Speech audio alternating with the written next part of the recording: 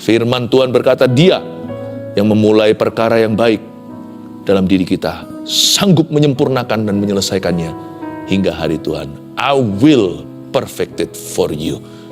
Engkaulah segala-galanya dalam hidup kami. Damai sorgawi untuk seluruh keluarga saat teduh, ya Tuhan. Turunkan damai sejahtera dari sorga. Sampaikan sabdamu, ajari kami hari ini untuk mengerti satu lagi firman-Mu. Sembunyikan hamba di balik salib-Mu dalam nama Yesus. Amin. Puji Tuhan. Hari ini Tuhan akan memberkati kita juga dengan firman-Nya. Mari kita sekarang buka Alkitab. Kita akan belajar dari ayah asuhnya Tuhan Yesus, yaitu tidak ada lainnya, yaitu Bapak Yusuf yang di Alkitab.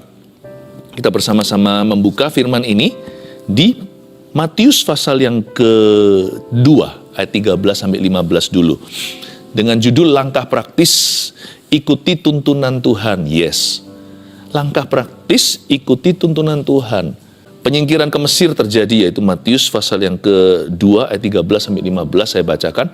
Setelah orang-orang Majus itu berangkat, nampaklah malaikat Tuhan kepada Yusuf dalam mimpi dan berkata, bangunlah, ambillah anak itu serta ibunya, larilah ke Mesir dan tinggallah di sana, sampai aku berfirman kepadamu, karena Herodes akan mencari anak itu untuk membunuh dia. Maka Yusuf pun bangunlah, diambilnya anak itu serta ibunya malam itu juga, lalu menyingkir ke Mesir dan tinggal di sana hingga Herodes mati.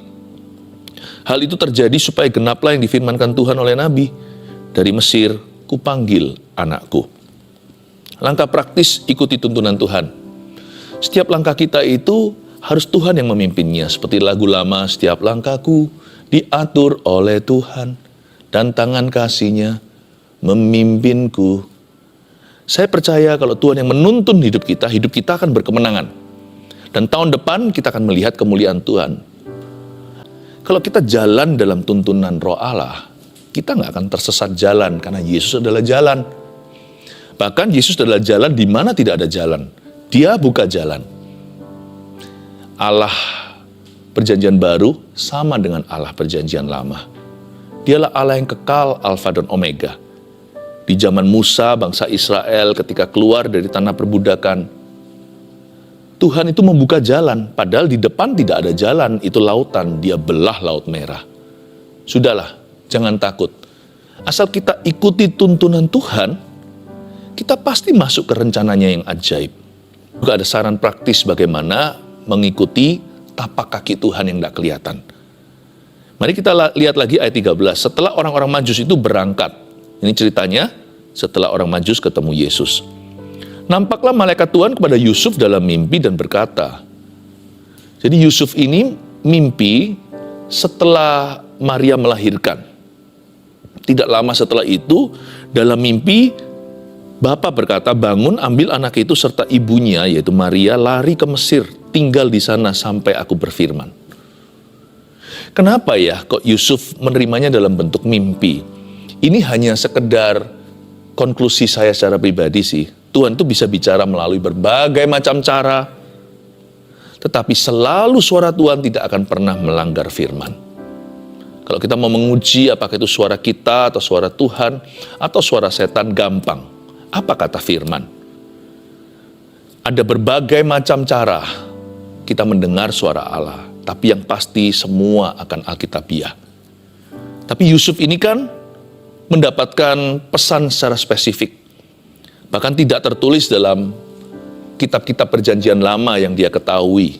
Kan kitab perjanjian baru belum jadi, kan masih dalam pembuatan, masih dalam cerita Tuhan Yesus.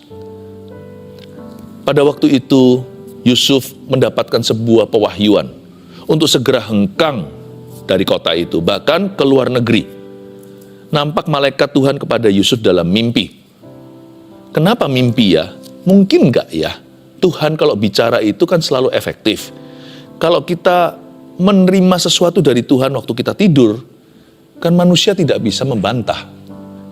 Kita nggak bisa melawannya. Orang mimpi itu kan setengahnya tidak berdaya. Ini bukan mimpi pertama.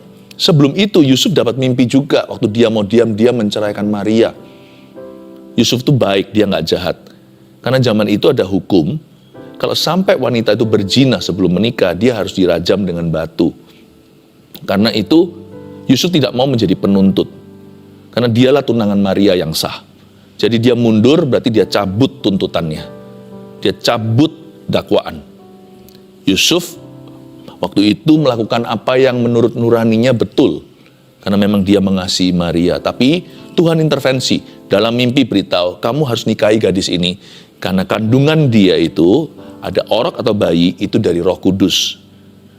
Maria itu kudus. Yusuf terima begitu waktu dia mimpi, kan dia nggak bisa bantah, nggak bisa berkata, tapi Tuhan, tapi, nggak bisa tapi. Nah ini mimpi berikutnya.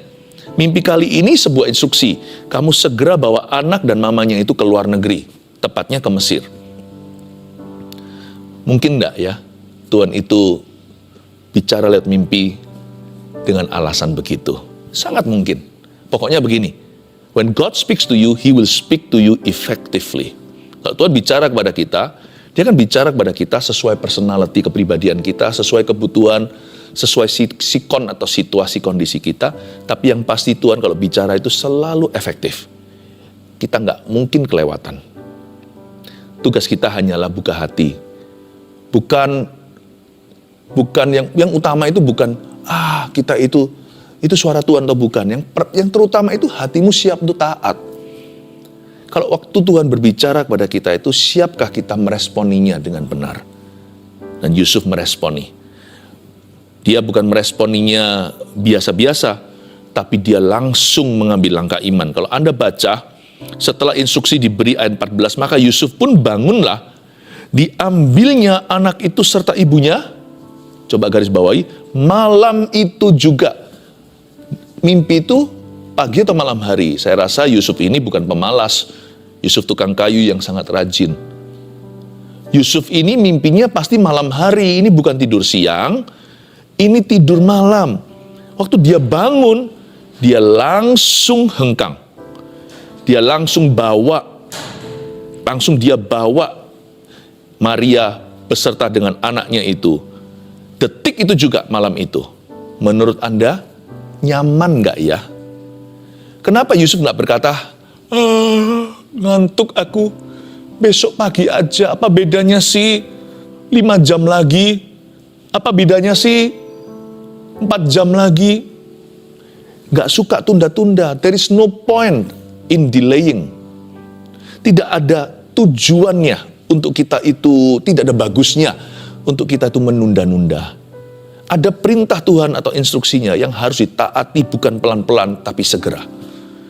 Dalam hal ini, Yusuf tidak diberitahukan oleh Roh Kudus, kamu harus hengkangnya jam berapa. Tapi dia bisa merasakan darurat pada suara Allah.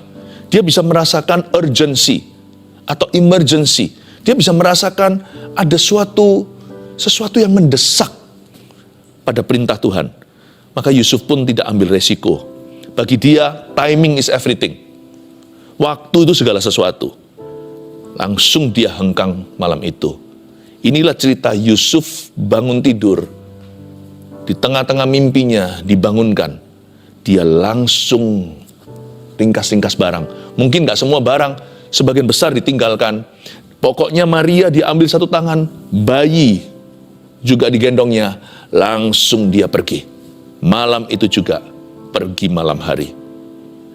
Lalu ayat 15. Setelah dia sampai di Mesir ya dan tinggal di sana hingga Herodes mati, itu perintah Tuhan.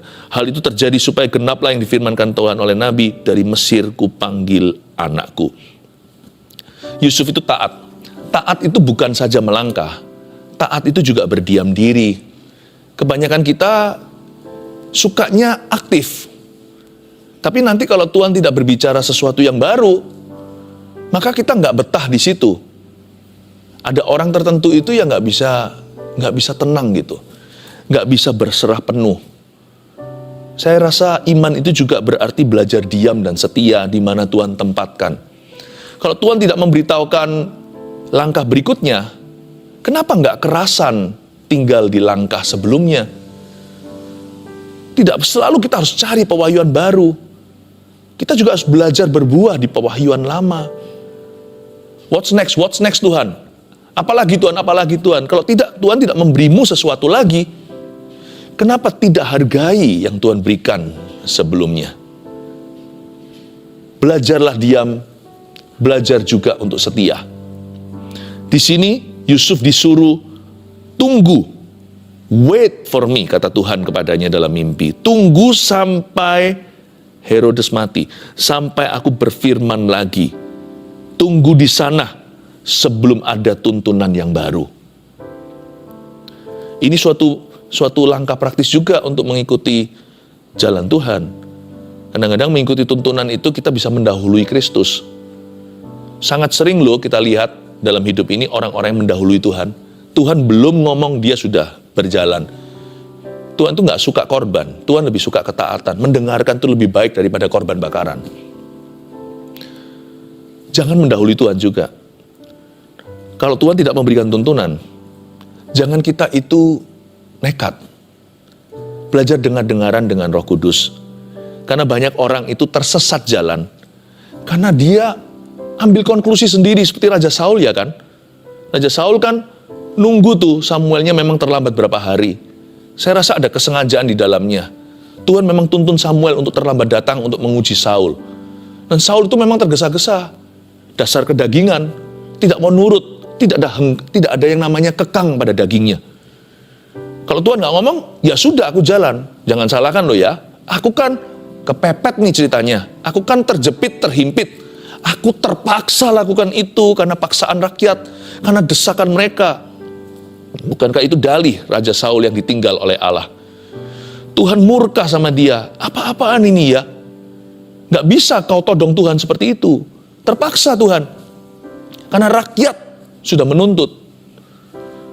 Kalau aku belum berjalan, kamu jangan sekali-kali mengambil langkah.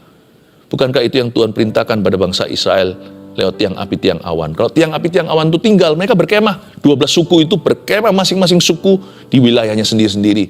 Mereka pasang panji-panji.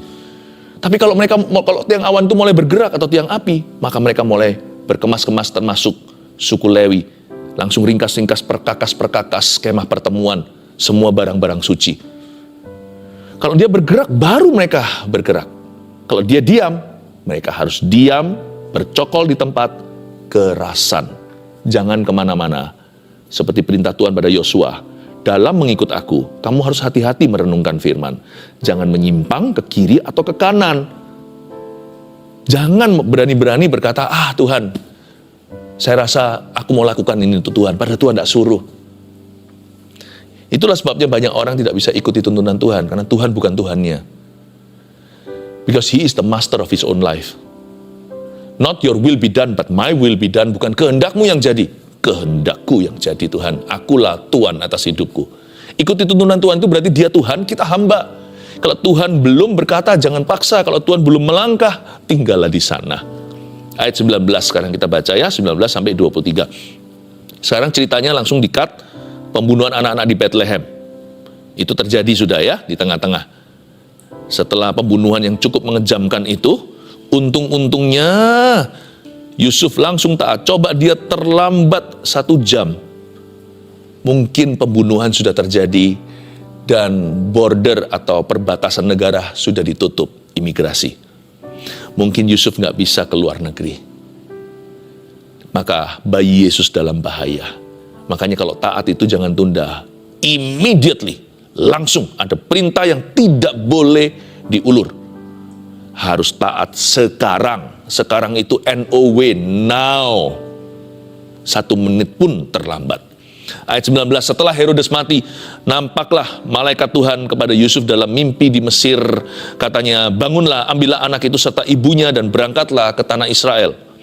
Karena mereka yang hendak membunuh anak itu sudah mati. Haleluya kan? Sudah diberitahukan, Herodes sudah no more dan meninggal dia. Lalu Yusuf pun bangunlah, diambilnya anak itu serta ibunya dan pergi ke tanah Israel. Tetapi setelah didengarnya bahwa Arkelaus menjadi raja di Yudea menggantikan Herodes ayahnya, ia takut ke sana. Karena dinasihati dalam mimpi, pergilah Yusuf ke daerah Galilea. Setibanya di situ, ia pun tinggal di sebuah kota yang bernama Nazaret. Hal itu terjadi supaya genaplah firman yang disampaikan oleh nabi-nabi bahwa ia akan disebut orang Nazaret. Ayat 21. Setelah dia dapat perintah baru, setelah Herodes mati, bangunlah, ambil anak itu serta ibunya, berangkat kembali ke tanah Israel, karena mereka yang mau membunuh anak itu sudah mati. Lalu ayat 21, lalu Yusuf bangunlah, diambilnya anak itu serta ibunya dan pergi ke tanah Israel. Saya nggak tahu tepatnya jam berapa Yusuf berangkat pulang kampung. Tapi yang pasti, ini tidak semendesak waktu dia bergegas-gegas pergi.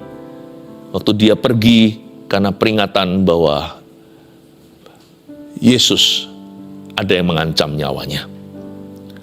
Maka ayat 21, Yusuf bangunlah. Kalau tadi yang kita baca, Yusuf pergi malam-malam, sekarang ini Yusuf pergi pagi-pagi. Mungkin dia berkata, nggak apa-apa, tunggu kita ringkas-ringkas barang dulu. Karena berita acaranya beda. Sebelumnya tadi kan Herodes ingin membunuh anak ini. Tapi sekarang Herodes sudah mati. Setiap perintah itu harus ditaati. Ada yang harus ditaati now sekarang. Ada yang perlu ditaati segera, tapi nggak perlu sekarang juga. Anda bisa ambil waktu dulu. Nggak apa-apa untuk persiapan. Inilah ayat 21. Yusuf pun bangunlah. Terkesan tidak seperti tadi. Tidak seperti tadi yang sangat terburu-buru. Bangunlah dia, diambilnya anak itu serta ibunya, dan pergi ke tanah Israel. Saya yakin kali ini semua barang dibawa. Tetapi setelah didengarnya bahwa Arkelaus menjadi raja di Yudea menggantikan Herodes ayahnya, ia takut ke sana. Yusuf lihat, ternyata yang gantikan Herodes itu putra mahkotanya sendiri. Like father, like son ini pasti seperti ayahnya juga. Maka dia nggak berani ambil resiko. Ini pentingnya kita jangan hanya doa atau dengarkan suara Tuhan. Kita juga perlu pakai akal budi kita yang sehat. Ini yang saya sebutkan, doa itu perlu dilanjutkan dengan survei dan mikir. Karena saya percaya kalau kita berdoa, akal budi kita ini diperbaharui. Roma 12 katakan pembaharuan akal budi. Tuhan tidak akan membuat semua keputusannya. Tuhan akan membuat keputusan itu bersama dengan kita. Kita juga perlu memakai hikmat-hikmat yang Tuhan berikan. Kita perlu mengambil semua keputusan itu di dalam Kristus. Tidak tentu Tuhan Yesus yang selalu memutuskan untuk kita. Kita perlu mengambil tanggung jawab dan juga membuat keputusan di dalam Tuhan. Kita perlu menimbang apa yang baik, apa yang tidak. Apa yang baik, apa yang lebih baik, dan apa yang paling baik.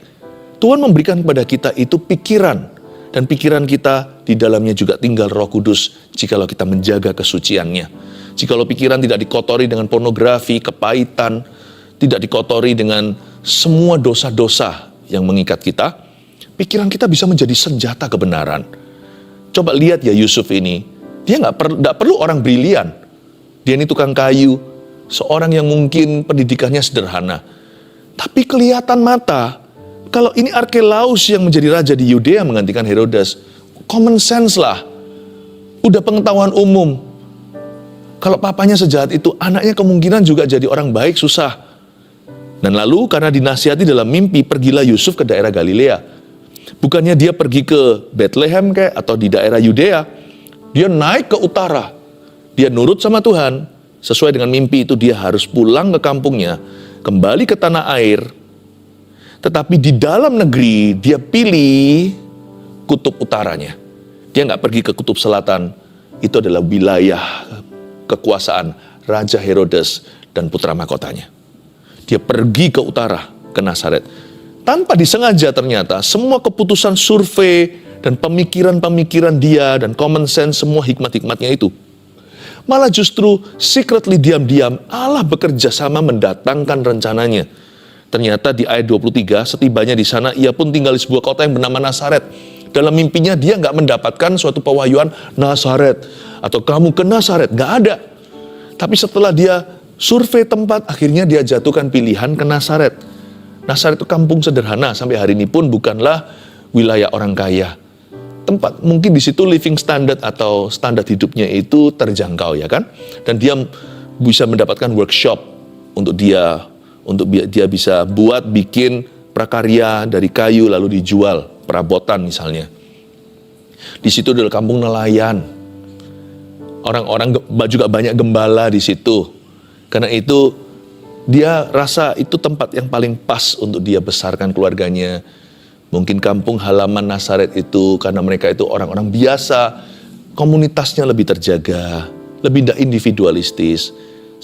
Dia merasa mungkin anaknya nanti, Yesus dan anak-anak kemudian dari pernikahannya dengan Maria, itu nanti pasti lebih gampang dibesarkan, di mana ada komunitas, tetangga saling peduli. Tempat ini kok rasanya the best for me. Dia pakai semua pertimbangan-pertimbangan layaknya seorang kepala keluarga. Dia hitung juga kira-kira cukup nggak ya kalau aku tinggal di daerah yang elit. Nggak bisa. Sini saya rasa saya bisa bekerja. Saya bisa cari nafkah. Ternyata semua itu di balik segalanya ada tangan Allah merajut. Yusuf ini bukan ahli Taurat, jadi dia nggak ngerti segala sesuatu. Siapa sangka semua keputusannya itu sesuai dengan nubuatan Allah. Hal itu terjadi supaya genaplah firman yang disampaikan oleh nabi-nabi bahwa ia akan, maksudnya Yesus Kristus, akan disebut orang Nazaret.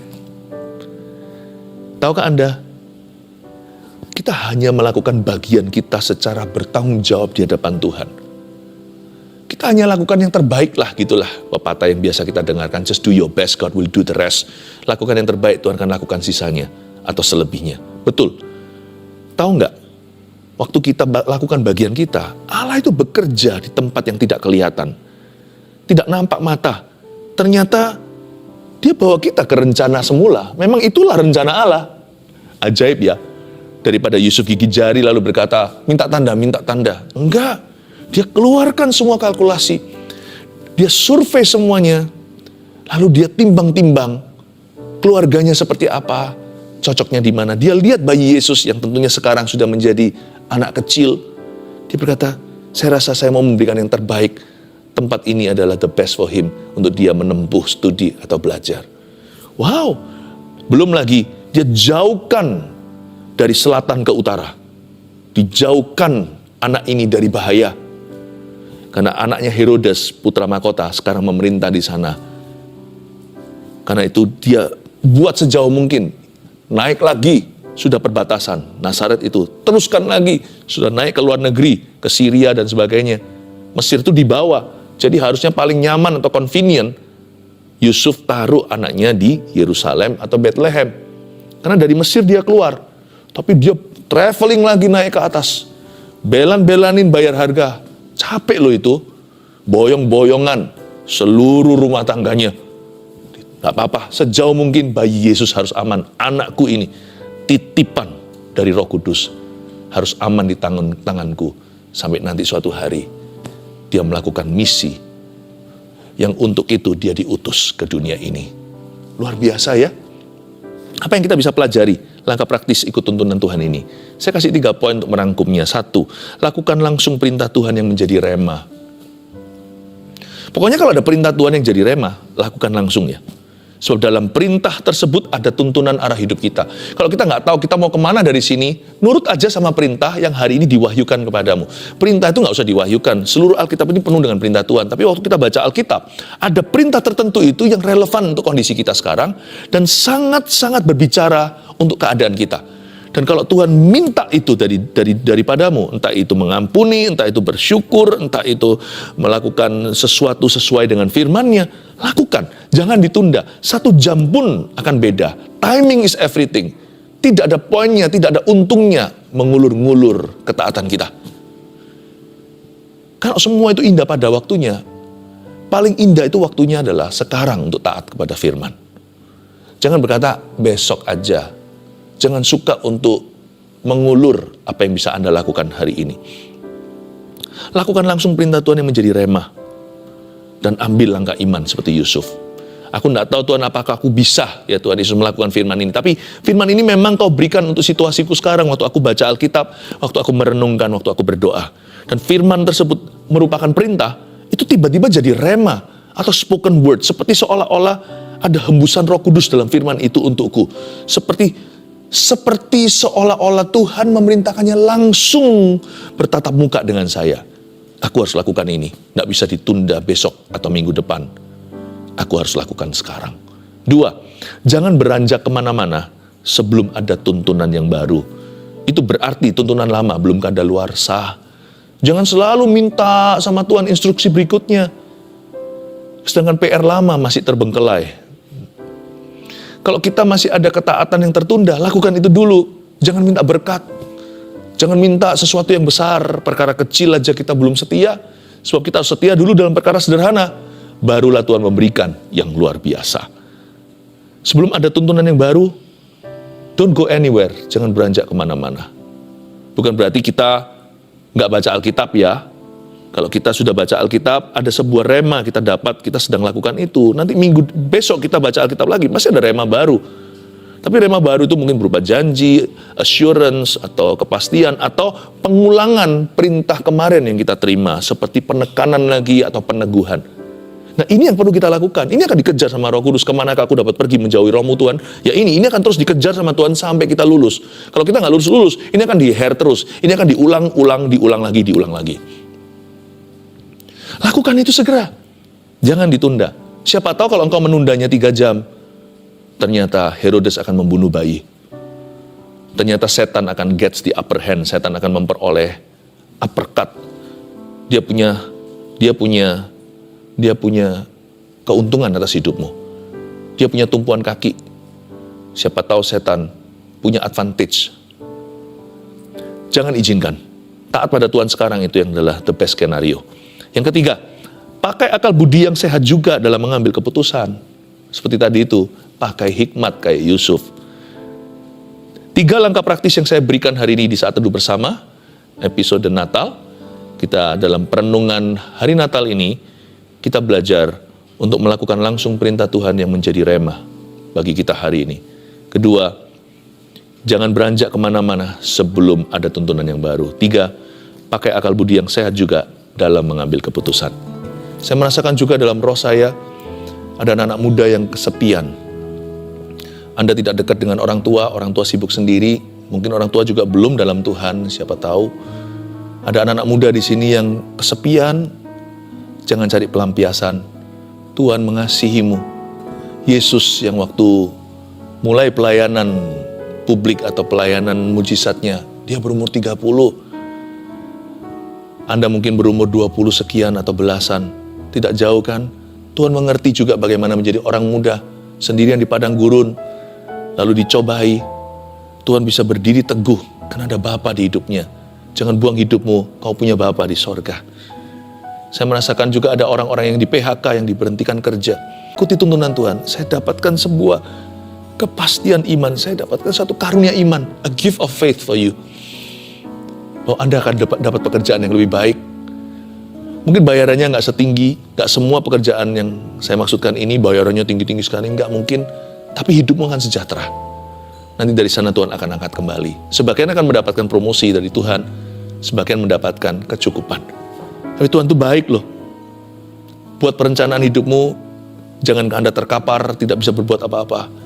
Buat suatu rencana, serahkan ke Tuhan, survei, mikir, apa yang bisa dilakukan, serahkan ke Tuhan. Nanti kan Tuhan bawamu ke Nazaret atau membawamu pada rencana Bapa. Ajaibnya Tuhan itu. Mari kita ulurkan tangan kita sambil saya akan memegang permohonan-permohonan doa di tangan saya dari Anda semuanya. Dan mari kita berdoa. Tuhan Yesus, terima kasih. Oh Ramakaya Shana Namatakaya para Ramatakaya She. Ya Ramatakaya Ramaya Shana Namataya Nana. Ananamaya Haningana Shunana. Immanuel Rashana. Immanuel Rashuna Nana Shikina Namaya Namaya. Inuruna Namaya Manarabaku bersabar Ramataka Syukana aku ada. Inamudakana kau apakah aku ada Rabasyukana Maria Bakara kenapa kau berada pada Rabasyun. Nana. Dengarkan interpretasi ini. Dengarkan tafsiran daripada bahasa lidah yang barusan kita doakan. Ada suatu kata yang sederhana kepada kita semua. Aku akan menyelesaikannya untukmu. Saya mendapat satu rema dari satu kalimat ini, sekarang saya lempar ke Anda. I will establish it for you. Aku akan menyelesaikannya untukmu. Ambil langkah satu langkah ketaatanmu. Aku berjanji, kata Tuhan, aku akan berlari 10 langkah ke arahmu, membuka pintu. Aku hanya minta satu langkah ketaatanmu. Per langkah ketaatan itu, aku berlari 10 langkah menjemputmu dalam janji dan kemuliaanku.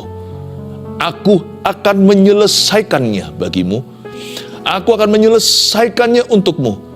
Firman Tuhan berkata, Dia yang memulai perkara yang baik dalam diri kita sanggup menyempurnakan dan menyelesaikannya hingga hari Tuhan. I will perfect it for you. Aku akan menyelesaikannya bagimu. Haleluya.